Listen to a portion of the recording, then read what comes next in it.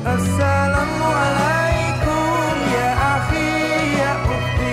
Assalamualaikum ya akhi ya ukhti.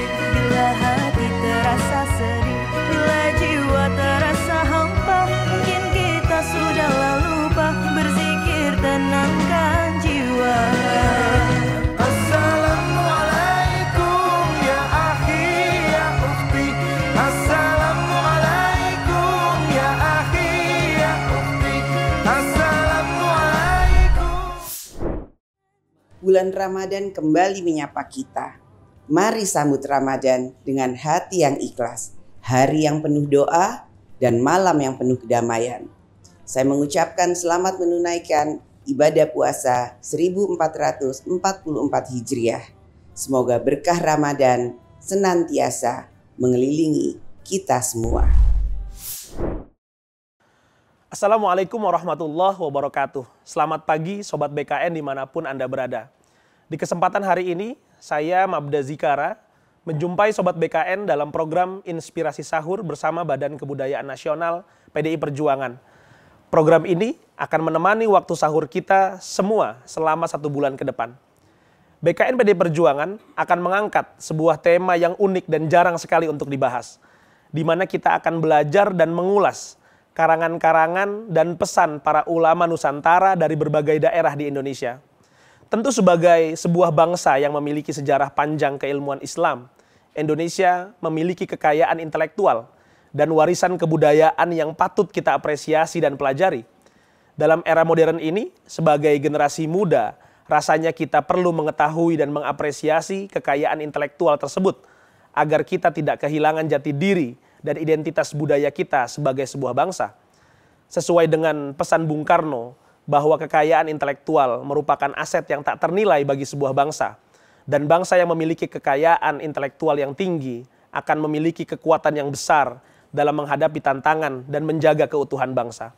Oleh karena itu, beliau selalu mendorong masyarakat untuk menghargai dan memperkaya kekayaan intelektual yang dimiliki oleh bangsa Indonesia melalui pembelajaran dan pengembangan ilmu pengetahuan serta kebudayaan. Tema kita pada pagi hari ini dalam program sahur bersama Badan Kebudayaan Nasional PDI Perjuangan, yaitu kita akan mengulas kitab Tafsir Al-Munir yang berbahasa Bugis, karya seorang ulama Nusantara asal Sulawesi Selatan, yaitu Andre Guruta, Kiai Haji Daud Ismail Sopeng. Dan telah hadir di tengah kita seorang cendekiawan Muslim Indonesia dan juga seorang peneliti manuskrip naskah-naskah kuno dan klasik Nusantara yang berasal dari Sulawesi Selatan, yaitu Kiai muda kita, Kiai Haji Ahmad Baso.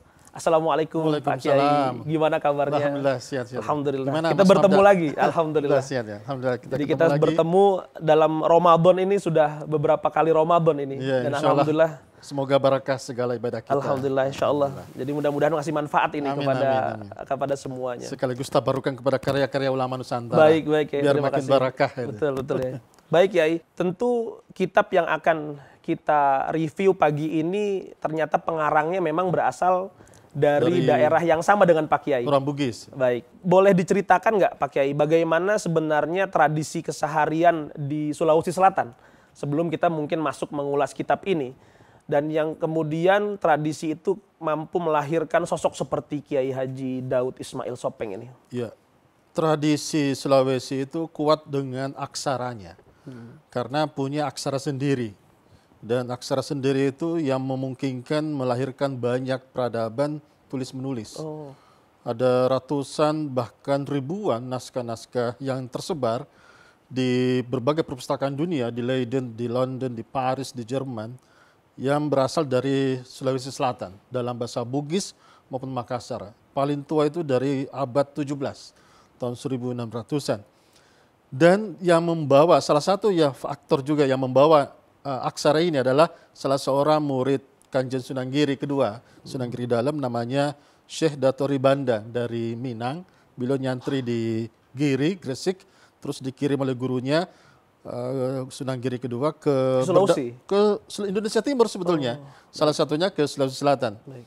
Nah, salah satu metode dakwah beliau adalah menciptakan, sudah ada aksara sebelumnya, tapi memberikan aksara, menambah aksara baru yang memungkinkan aksara itu dipakai untuk membunyikan ayat-ayat kitab suci Al-Quran dan hadis Nabi. Karena misalnya aksara lama itu tidak ada bunyi ha. Baik. Jadi kita tidak bisa membunyikan Al-Fatihah, yang ada Al-Fatihah atau Al-Fatihah. Al-Fatihah. Nah, itu kan tidak sinkron kan dengan bunyi Arab yang fasih itu. Maka Datori Banda memperkenalkan huruf H. Huruf H di situ bisa dibaca H besar dan juga bisa dibaca H untuk kata Al-Fatihah. Baik. Maka diciptakanlah huruf H itu seperti kacamata bentuknya. Dan itu tidak dikenal sebelumnya di era sebelum Islam. Baik. Maka pengenalan aksara H inilah yang memungkinkan para ulama menulis dan menafsirkan Al-Quran Dengan bahasa lokal. dengan bahasa lokal yang nyambung dengan bunyi-bunyi Arab gitu. Baik. Meskipun menggunakan lontara, tapi nyambung dengan bunyi-bunyi lokal karena sudah ketemu hanya gitu. Baik. Karena sebelumnya tidak ada huruf Baik. H gitu. Nah, ini salah satu ijtihad yang ternyata efeknya sangat dahsyat.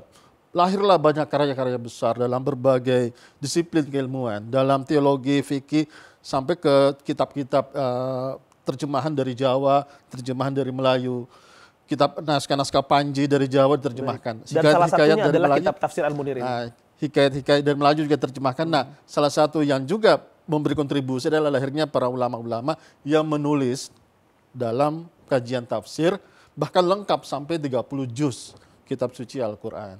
Dan itulah salah satu yang dilakukan oleh Andre Gurutta Kiai Daud Ismail di tahun 1980-an. 1980. Baik Kiai, kita akan mengulas kitab tafsir ini dari Andre Gurutta Kiai Haji Daud Ismail Sopeng.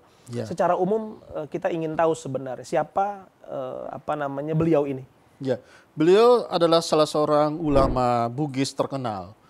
Beliau kelahiran Sopeng tahun 1907 dan nyantri di sebuah pesantren terkenal yang juga pesantren tua di Tanah Bugis di Sengkang. Pesantren As'adiyah, itu pendirinya adalah Kiai As'ad atau Guru Tasade istilah Bugisnya di sana, yang merintis pembaruan pendidikan Islam di Tanah Bugis itu. Beliau salah satu santri pertama di sana dan berhasil mengembangkan satu kurikulum di mana pertemuan antara tradisi dari Arab dengan tradisi keislaman Nusantara dengan karakter khas budaya Bugis di sana. Bugis. Nah, Wajo, daerah Sengkang, Wajo itu adalah daerah yang merupakan salah satu pusat kebudayaan Bugis. Kita tahu Syekh Jubadil Kubro itu kakeknya Sunan Ampel itu kan berdakwah di situ sampai meninggal di sana. Gus Dur sempat ziarah ke tanah Wajo itu. Nah, itu tempat beliau nyantri di situ di pesantren itu. Nah, itulah yang kemudian memberikan motivasi kepada Gurutta Kiai Daud untuk menulis banyak tentang tradisi keislaman, ilmu-ilmu Islam, berbagai macam masalah keislaman. Nah, yang fenomenal memang adalah kitab tafsir beliau ini. Beliau garap ini lebih dari 10 tahun, sejak dari tahun 1982. Tahun 82 itu baru terbit pertama kali, juz ke-30 dulu yang terbit. Nah, jadi dari terakhir. Dari terakhir dulu. Nah, itu yang kemudian menjadi bacaan bagi para santri-santri di Tanah Bugis. Baik. Saya dulu pernah mengaji yang juz 30-nya itu. Berarti beliau itu ulama di awal abad ke-20 berarti ya?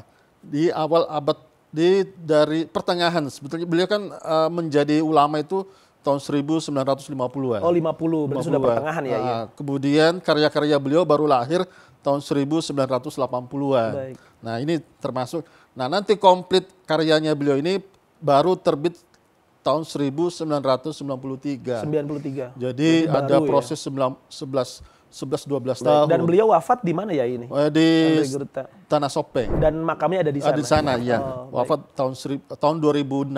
Baik. 2006. Lalu lanjut ke pertanyaan selanjutnya ya. Apa sih latar belakang sebenarnya dari beliau menulis dari kitab tafsir ini gitu yang ini paling yang unik. utama? Ya, beliau kan menulis Tafsir Al-Munir, terjemahannya Nenia Tafsirena. Akorang bicara wogi. Nah ini, jadi ini bahasanya bahasa Bugis. dia beliau menggunakan aksara lontara, tidak menggunakan Latin dalam menulis bahasa Bugisnya. Karena beliau itu satu motivasinya ingin menghidupkan dan melestarikan aksara Bugis. Karena beliau mengharap santri-santri terutama di daerah Bugis yang asli kayak kalau di Jawa kan yang asli Jawa kan Solo Jogja kan, yang halus bahasanya itu. Nah beliau mengharap santri-santri yang berada di 3 daerah ini yang asli Bugis itu Bone, Sopeng dan Wajo itu melestarikan aksara-aksara Bugis ini supaya tidak punah. Nah salah satu medium beliau melestarikan aksara itu adalah melalui kitab tafsir. Baik. Agar nanti para santri termotivasi untuk menjaga tradisi ini. Jangan sampai hilang, jangan sampai terlupakan. Nah, praktis santri yang mau ngaji ini harus Bisa bahasa Bugis. bahasa Bugis dan bisa aksaranya sekaligus. Iya. Dan tidak bisa langsung cari Latinnya, nggak bisa. Iya. Jadi inilah satu mekanisme beliau untuk melestarikan sekaligus Betul. satu tradisi ngaji kitab, ngaji tafsir. Yang kedua, sekaligus ngaji lontara. Baik. Jadi dua tujuan terpenuhi sekaligus Baik, dari ini. Nah itu motivasi beliau Eh, itu. Lalu ini kitab berbahasa Bugis. Apa sih sebenarnya metode beliau dalam menulis? Kan semua ulama tentu memiliki Ya. metode dalam penafsiran. Beliau sangat Dan ini seperti ini ya, misalkan bahasa Bugis ini Al-Quran, ya. bahasa Bugis dan itu, misalnya apa itu perbedaannya? Beliau pertama memang pendekatannya tafsir bil ma'thur. Bil ma'thur. Beliau mengatakan naya akorangnya sasiana mutu tafsirina sasiana itu. Jadi saat kitab suci Al-Quran ini itu bahasa Bugis ini sesana mutu tafsirei sasiana. Nah, sebagian menafsirkan yang lainnya gitu. Jadi saling menafsirkan. Jadi begitu metode beliau dulu. Bil ma'thur begitu Bil ya? ma'thur. Jadi cari penafsiran yang dari ayat lain atau satu ayat. Baik. Nah setelah itu kalau ada tambahan penjelasan dari hadis Nabi, beliau mengambil dari hadis-hadis riwayat dari Rasulullah maupun dari para sahabat dan juga dari para tabi'in. Baik. Misalnya kaul-kaul dari Imam Malik beliau ambil untuk dipakai untuk menafsirkan satu ayat. Dan penulisannya itu dari juz 1 sampai 30 gitu, secara berurutan ya? Berurutan. Cuma periodenya ketika ditulis itu tidak urut. Tidak urut. Jadi tergantung mana waktu beliau itu bisa sempat menuliskan itu sampai tuntas. Misalnya pernah di tahun pertama juz ke-11 dulu gitu. Baru kemudian juz ke yang pertama gitu. Jadi tergantung kondisi yang memungkinkan beliau menulis sampai tuntas Dan satu itu juz. memakan waktu memang beberapa tahun ya, Ya. dari 80-an. 12 tahun malah. 12 tahun. 12 tahun. Tapi tuntas. Tapi tuntas ditulis. semuanya. Nah, kemudian referensi beliau itu adalah yang sering beliau pakai adalah satu tafsir yang tradisional yang sangat klasik, tafsir Jalalain dan juga tafsir Al-Kasyaf Az-Zamakhsyari Az-Zamakhsyari. dipakai juga dan juga yang modern ada tafsir Al-Maraghi. Nah, tentu ada perdebatan waktu itu di kalangan para ulama Bugis mengapa menggunakan tafsir Al-Maraghi. Al-Maraghi. Ternyata beliau belajar dari gurunya yang juga lulusan dari Al-Azhar. Nah, Guru Takadir Andre Guru Abdul Qadir Khalik di Makassar. Itu gurunya ke saya di Makassar. Itu yang memulai menggunakan tafsir Quran dengan referensi ulama-ulama modern di sana gitu. Di antaranya Al-Maraghi, Farid Wajdi, bahkan Abduh dipakai. Ternyata tidak ada masalah. Yang penting tradisi ngajinya jalan gitu. Baik, Itu hebatnya gitu. Jadi ternyata tidak ada masalah menggunakan ini tafsir-tafsir modern, termasuk tafsir Tantawi Al-Jauhari, tafsir ilmiah juga dipakai oleh para ulama di sana, karena itu makin memperkaya. Baik, Nah, jadi tradisi ngaji kitab klasik juga lah tetap jalan, sekaligus untuk memperkaya wawasan, melestarikan budaya, memperkaya. Dipakailah juga tafsir-tafsir modern itu. Baik. Di antaranya tafsir Al-Maragini. Nah, tafsir Jalalain juga dipakai, Baik. itu juga dipakai, tapi penggunaan tafsir modern kayak tafsir Al-Maraghi itu tidak menghalangi beliau Baik. untuk bisa mencapai tujuan yang dimaksud, yakni menghidupkan tradisi ngaji kitab, yang kedua menghidupkan tradisi Bugis di sana. Baik, Kiai. Sekarang masuk ke substansinya. Apa sih sebenarnya yang dituliskan oleh beliau? Khususnya apakah beliau berbicara tentang nilai-nilai masyarakat Indonesia, misalkan mungkin ada penafsiran itu melihat dari Al-Quran misalkan gitu, wahyu Allah. Tapi kemudian mungkin beliau berbicara juga tentang Indonesia, situasi tentang masyarakat lokalitasnya. lokal. Ya. Begitu. Salah satu kekuatan beliau itu kan di Wajo itu kan sangat kuat akar budaya masyarakat di sana. Dan banyak tradisi-tradisi yang muncul di sana itu beliau integrasikan ke dalam penafsiran. Di Wajo itu ada tradisi masyarakat di sana itu yang disebut macera, ya. Istilahnya itu potong kerbau dalam satu hari tertentu dalam setahun itu untuk itu mensyukuri hasil panen. Hasil panen. Seperti sedekah bumi lah. Sedekah gitu ya. bumi di Jawa. Tapi sebagian ulama mengatakan itu haram. Sebagian lagi mengatakan itu boleh asalkan niatnya untuk mensyukuri nikmat. Nah, beliau mengambil jalan tengah bahwa kita kalau niatnya orang yang melakukan itu untuk tujuan mencari sesuatu selain Allah, maka itu namanya syirik. Baik. Tapi kalau untuk tujuannya adalah untuk mensyukuri nikmat Allah atas hasil yang melimpah ini, yang dikaruniakan Allah kepada hamba-hambanya, maka itu adalah sunnah untuk dilakukan. Baik. Berarti mengambil jalan tengah. Mengambil lah jalan begitu. tengah itu. Jadi Di tergantung antara niatnya. budaya yang Jadi ada. tergantung niatnya. Dan juga yang unik, pengalaman pribadi beliau itu juga dituangkan dalam tafsir ini. Ketika beliau misalnya menafsirkan ada satu ayat surah Al-Waqiah, beliau langsung ingat pengalaman waktu kecil, waktu menggembalakan kerbau di tengah sawah, suasana romantisme di kampung di tengah sawah, anak-anak bermain di tengah sawah pas hujan, main air di sawah, terus dengan kerbaunya, terus kemudian kalau mau nyalakan api, ingat itu apalagi ambil batang pohon yang kering terus digosok-gosokkan kemudian menyalalah api itu. Baik. Nah itu semua dituangkan bahwa inilah kekayaan khazanah kami meskipun waktu masa kecil, tapi itu menarik untuk kami sampaikan di sini. Bisa nggak ya menyebutkan satu saja, misalkan Bismillahirrahmanirrahim artinya apa sih dalam bahasa Bugis? Nah, Mungkin bisa di sini sekalian dibuka gitu Bismillahirrahmanirrahim. kitabnya. Bismillahirrahmanirrahim. Apa itu dalam bahasa Bugis itu biar kita tahu itu. Nasabah asenna puang Allah Ta'ala. Jadi bismillah nasabah asenna. Asen itu nama. Puang Allah Ta'ala. Puang maraja akamase ar-Rahman. Masero pamaseye. Ya itu ar-Rahim. Jadi ar-Rahim. Jadi ini adalah penafsiran dibedakan antara Rahman dengan Rahim. Sama sebetulnya artinya. Maraja akamase, masero pamase. Jadi kalau pengertian Rahman itu di dunia, kalau masero pamase artinya ada kelebihan rahmatnya Allah untuk hambanya, tapi nanti di akhirat. Maka dipakai kata masero pamase. Sangat lebih banyak lagi ininya nanti. Kalau ada rahmatnya Allah itu di dunia 50, maka di akhirat 100, berkali lipat. Terima kasih. Ini jadi ada pengertian yang dibedakan. Terima kasih, Yai. Itu dahsyat. Pak Yai, ini yang terakhir itu. Kita memang sudah mengilas sedikit tentang tafsir Al-Munir ini.